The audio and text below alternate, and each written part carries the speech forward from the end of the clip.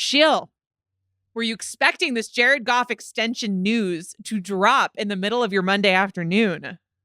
I was not. I was doing a little podcast hit, and all of a sudden the phone started blowing up, and I'm going, "What is going on? Did like Ruiz mess up his audio? Do we have to record something else here?" That's a good bet. What? That's a good bet that I messed up my audio, by the way. And no, it was Jared Goff. We got a fridge coming in here through the front door, which I was supposed to be.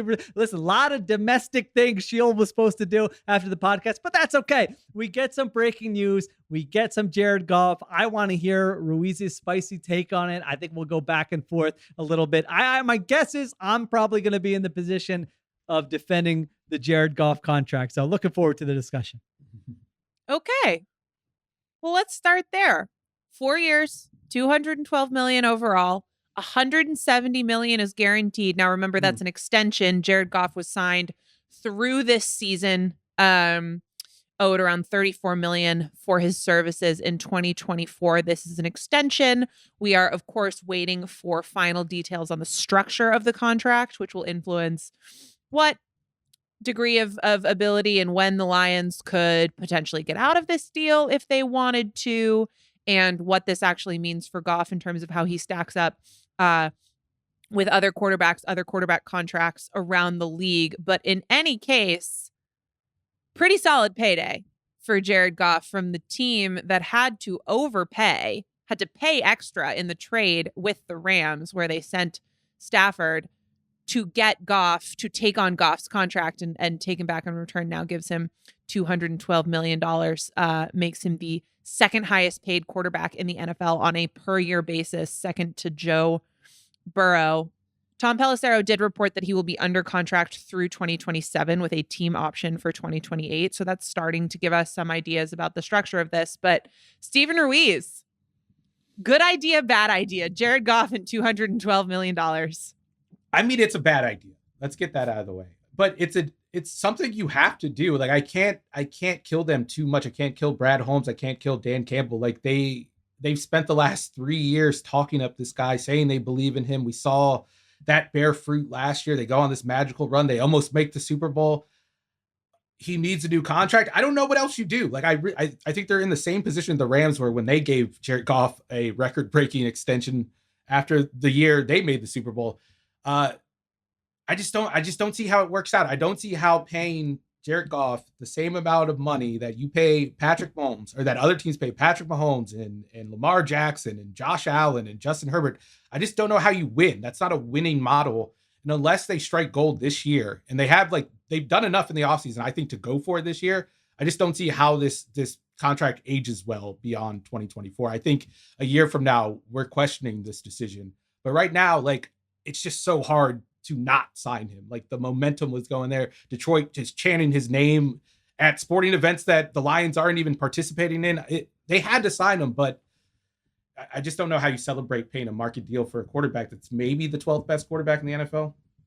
Here's the thing, though, is that when you talk about they didn't really have another option, what I think they did well in this is you got to give Detroit credit for getting out ahead of this early, because there's other quarterbacks in line for contracts this offseason potentially, or coming up soon. You know, that's Trevor Lawrence, Tua, Dak Prescott. We're all anticipating is going to actually get to free agency next year, but in theory, this would be the time to do it if they're able to come to a deal there.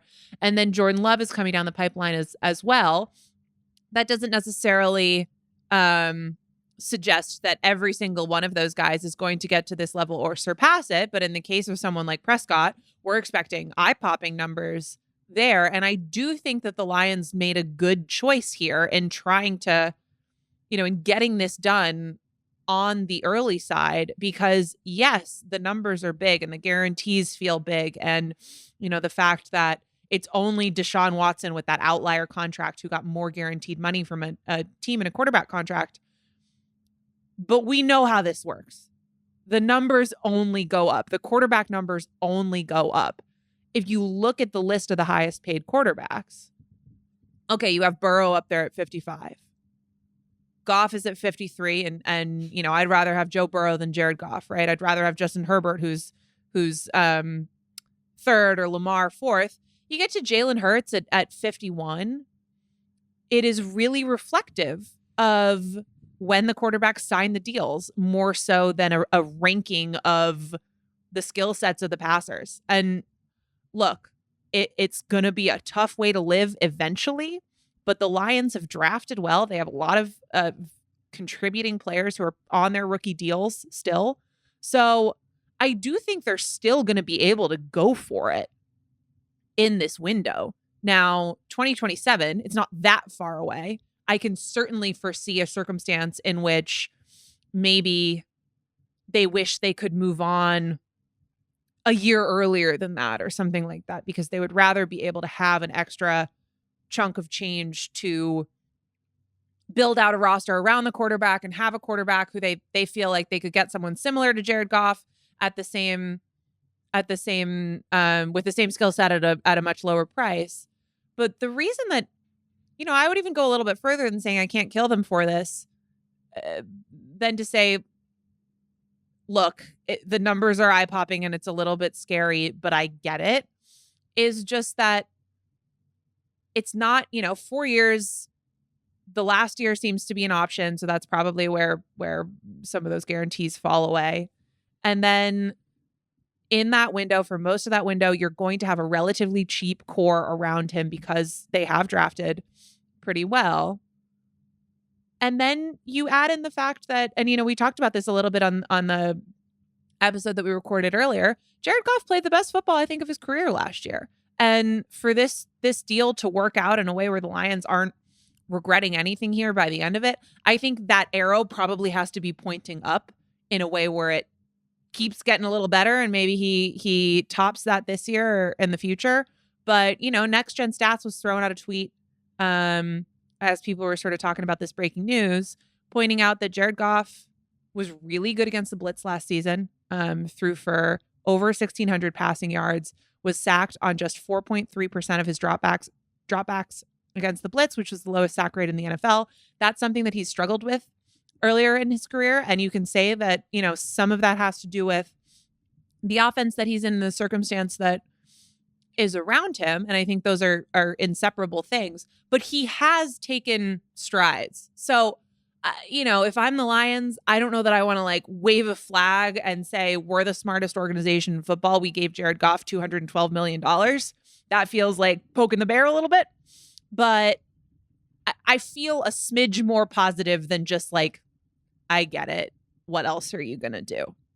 Just because of what he's accomplished in getting to that organization as a cast off and then proving that he's someone who they can win a lot of games with. Yeah, I think the case. So I think anytime we rip one of these, we should also have to say, what would our plan have been? What would the alternative have been? Because you have to put yourself in Brad Holmes and Dan Campbell's shoes and be like, all right, I agree. You see the headline, Jared Goff, second highest paid quarterback in the NFL. Everyone's going to have the same reaction. What? Jared Goff's the second highest paid quarterback in the NFL? What are you doing? How could you do that? But you don't have it's not like you have another quarterback on the roster who you've been grooming. That's number one. Two, Nora, to your point, you can wait a year, which honestly, I probably might have been a little conservative here, been like, you're under contract, Jared, we love you, but let's play out this year. We don't know what's going to happen next year. And then kind of see where you're at. I would have been more comfortable with another year of that play, like you mentioned, to see, all right, is he still playing the best football of his career? Does he not regress? And then if you have to pay a little bit more next year, you can do that. Those are all fair. If you're a Lions fan, you're probably fine with this. You're probably listen, our franchise stunk for many years and we're finally good. And we were a field goal away from getting to the Super Bowl last season. And our offense was 5th in offensive DVOA last year and 7th in 2022 with Jared Goff. And we can talk about the supporting cast. This isn't the greatest supporting cast ever assembled. Sam Laporta was a rookie last year and he was awesome. It's Amon-Ra St. Brown. It's Jahmyr Gibbs. Josh Reynolds was their wide receiver too. It's not like he had the greatest, supporting cast in the history of the NFL. And he still performed at a pretty high level. They beat good teams. They beat the Chiefs. They beat the Rams. They beat the Packers. They lost 2 games last season by more than a touchdown the entire season. I mean, this was a highly competitive team with Jared Goff. So I would feel a lot better about this if you knew internally, hey, Ben Johnson doesn't want to go chase that head coaching job next offseason. Like if you told me, hey, you're getting Ben Johnson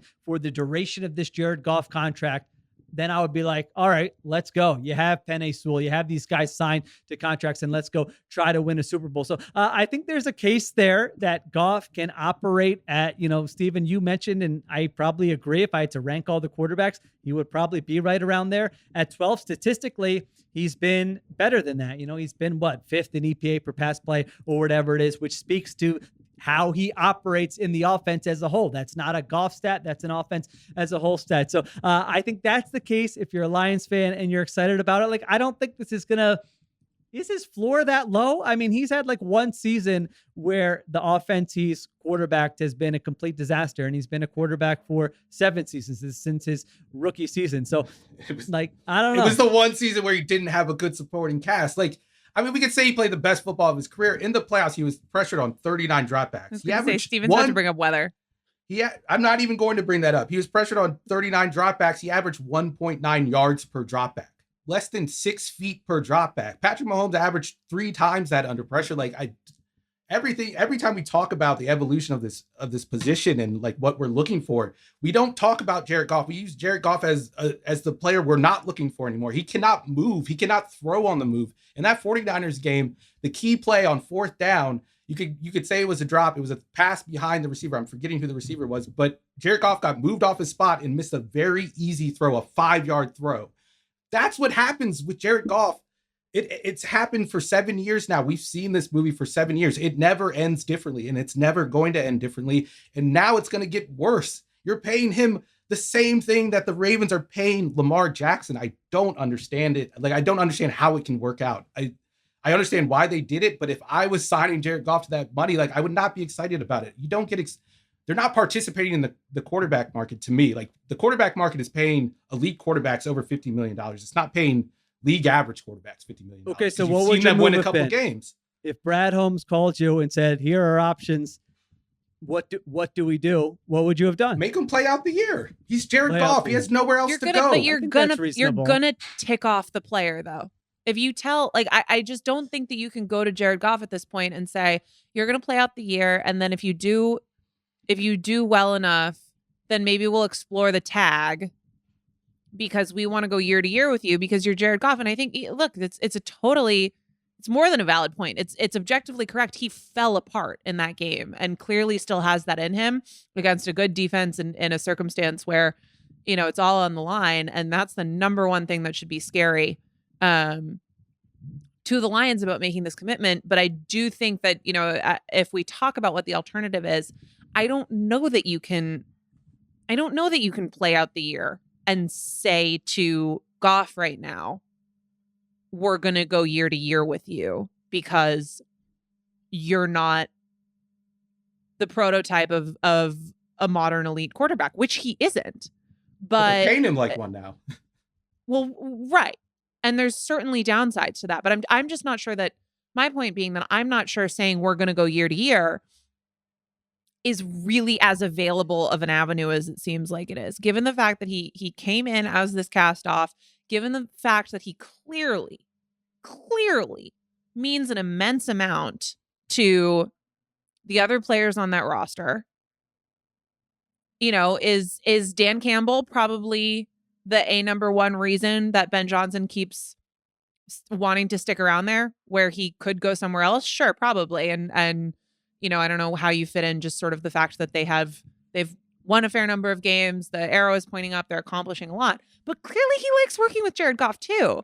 So I kind of disagree with the idea that you can just go to him right now and say that. I think if we're looking around the league, and maybe the point is that teams got to figure out how to do this and how to deal with the emotions of a quarterback in that position. Otherwise, they're going to really hurt themselves, because I think you can have a similar conversation, in Miami, which would potentially be even more disruptive to their long-term potential. But I think it's a pretty tall task to say to the Lions, go to Jared Goff and say, you don't get to play in the same financial ballpark and the same contract ballpark as some of these other guys.